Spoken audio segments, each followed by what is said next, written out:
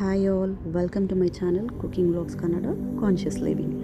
ಇವತ್ತಿನ ರೆಸಿಪಿ ಗಿನ್ ಹಾಲು ಹೇಗೆ ಮಾಡೋದು ನೋಡೋಣ ಬನ್ನಿ. ತುಂಬ simple with very minimal ingredients.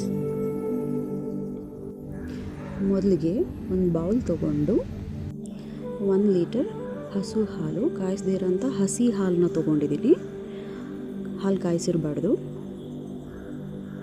ಇದ್ರ ಜೊತೆಗೆ ಗಿನ್ಬಾಯಿ ಹಾಲು ಅಂದರೆ ಕರು ಹಾಕಿದ ದಿನ ಅವತ್ತಿನ ದಿನವೇ ಕರಿಯುವಂಥ ಹಾಲಿದು. ಒಂದು 1/2 ಕಪ್ ತೊಗೊಂಡಿದ್ದೀನಿ. ಇದ್ರ ಜೊತೆಗೆ ಒಂದು 2 ಕಪ್ ಆಗುವಷ್ಟು ಆರ್ಗ್ಯಾನಿಕ್ ಬೆಲ್ಲದ ಪುಡಿ ಸೇರಿಸ್ತಿದ್ದೀನಿ. ರುಚಿಗೆ ತಕ್ಕಷ್ಟು ನೀವು ಹೇಗೆ ಬೇಕೋ ಹಾಗೆ ಸೇರಿಸ್ಕೊಬೋದು. ನಾನು 1 ಲೀಟ್ರ್ ಹಾಲಿಗೆ 2 ಕಪ್ಪಷ್ಟು ಆರ್ಗ್ಯಾನಿಕ್ ಬೆಲ್ಲದ ಪುಡಿನ ಸೇರಿಸ್ತಿದ್ದೀನಿ. ಒಂದು 5-6 ಏಲಕ್ಕಿನ ಕುಟ್ಟಿ ಪುಡಿ ಮಾಡಿ ಹಾಕ್ಕೊತಾ ಇದ್ದೀನಿ. ಈಗ ಎಲ್ಲ ಚೆನ್ನಾಗಿ ಮಿಕ್ಸ್ ಮಾಡಬೇಕು. ನೋಡಿ, ಹೀಗೆ ಚೆನ್ನಾಗಿ ಮಿಕ್ಸ್ ಮಾಡಬೇಕು. ನೋಡಿ, ಕಲರ್ ಚೇಂಜ್ ಆಗ್ತಾ ಇದೆ, ಅದು ಟೆಕ್ಸ್ಚರೇ ಚೇಂಜ್ ಆಗ್ತಾ ಇದೆ. ಅದು ಪೂರ್ತಿ ಬೆಲ್ಲ ಕರಗಬೇಕು, ಅಲ್ಲಿವರೆಗೂ ಚೆನ್ನಾಗಿ ಮಿಕ್ಸ್ ಮಾಡ್ಕೊಬೇಕಾಗತ್ತೆ.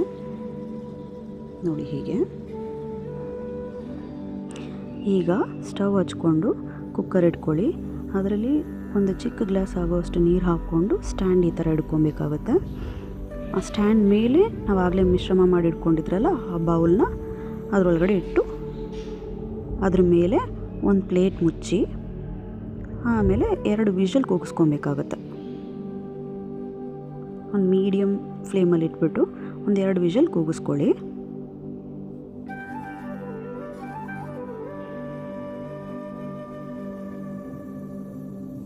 ನೋಡಿ, 2 ವಿಷಲ್ ಆಯಿತು.